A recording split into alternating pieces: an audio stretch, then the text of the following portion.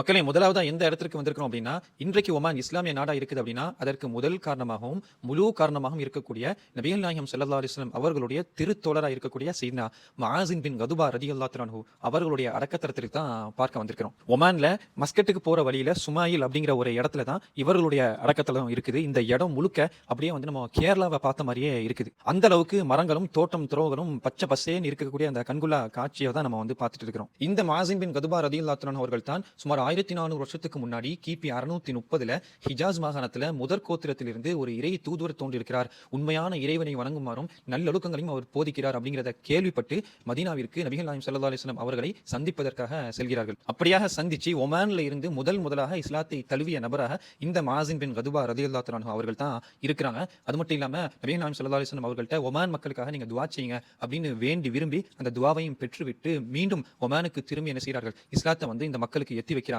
அது மட்டும் இல்லாம முதலாக இந்த முஆஸின் பின் கதுபா ரலியல்லாஹு தஆலா அவர்கள் தான் ஒரு பள்ளிவாசலை ஒமான்ல வந்து கட்டுறாங்க. அந்த பள்ளிவாசலை தான் இப்ப நம்ம வந்து பார்த்துட்டு இருக்கிறோம்.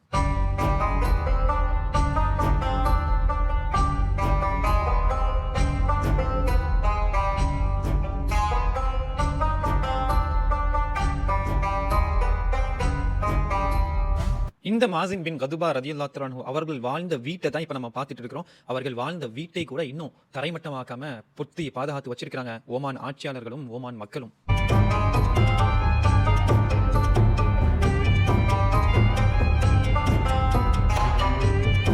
இப்படி 1400 வருஷத்திற்கு முன்னாடி கட்டப்பட்ட அந்த முதல் பள்ளிவாசலை தான் 2017 மறைந்த முன்னாள் சுல்தான் காபூஸ் அவர்கள் புதுப்பிச்சிருக்காங்க. அந்த தோற்றத்தை தான் இப்ப நம்ம பார்த்துட்டு இருக்கிறோம்.